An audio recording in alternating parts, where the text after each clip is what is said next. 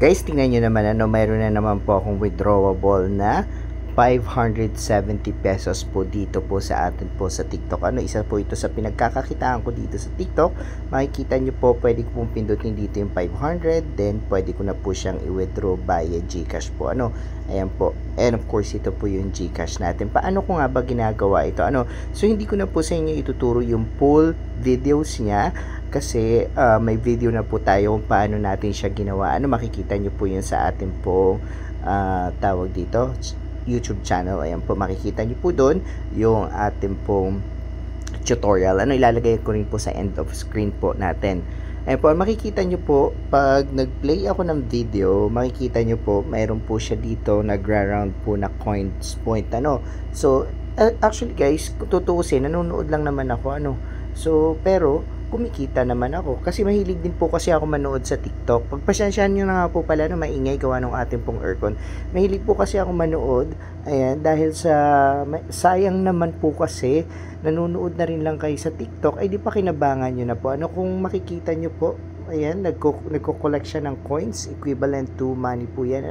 So pag click natin yon, kiklik ko yon at makikita nyo po dito, ayan lang po, may nakalagay po dyan na watch. Pipindutin ko lang yon every time po na papasok ako sa TikTok.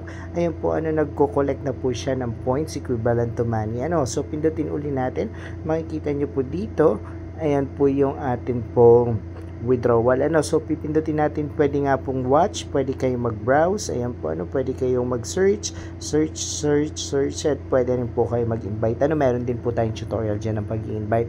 So pindutin natin yung withdraw at i-withdraw po natin siya. Ayan po, i-withdraw natin siya via GCash.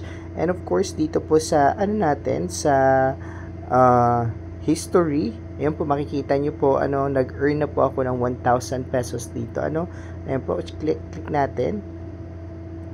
So makikita nyo po dito yung redemption. Ito po yung, ayan, may na-invite din po ako, nag-watch ako ng video, ayan, so pwede rin po kayo mag-check-in. Punta tayo doon sa redemption. Makikita nyo po dito, ang last payment po nung ako nag-withdraw ay nung October 21, October, November, December ngayon. So 2 months po, sa loob ng 2 months naka 500 pesos po ako. Pero okay lang kahit matagal kasi sayang naman po, nanonood na rin lang naman kayo, ay di sayang naman yung points. Hindi ko naman po sinasabing malaking kikitain nyo dito, pero sayang pa rin po yung 500 pesos na yon kung madalas naman po kayo nanonood sa TikTok. At least kahit pa paano may naiipon po kayo. So withdrawin po natin yan. Ayan po, so ilagay natin dito sa 500. Ayan po, so ang pwede nyo pong withdrawin dyan ay pwede nyo rin po yung ipunin. Kung ayaw nyo i-withdraw, pwede pong 1,000 pesos, 3,000, ayan po, depende po sa inyo.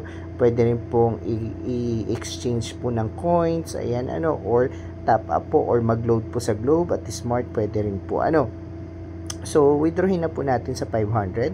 Pindutin natin withdraw.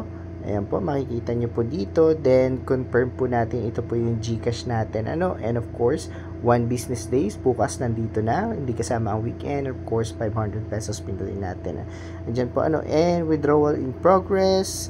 Ayan po, nakalagay na po back natin. And, ayan po, hihintay na lang po natin. Braid, okay, close natin to. And hihintay na lang po natin yung atin pong kita bukas. Punta tayo doon sa redemption, makikita nyo po nakalagay dito ay processing. So ayun po, i-check nyo po yung atin pong end screen. Ayan po ng video, makikita nyo po doon, pati po yung link po kung gusto nyo gumawa po ng account or ng ng ganitong klaseng So ayun po, maraming salamat, sir, and God bless you.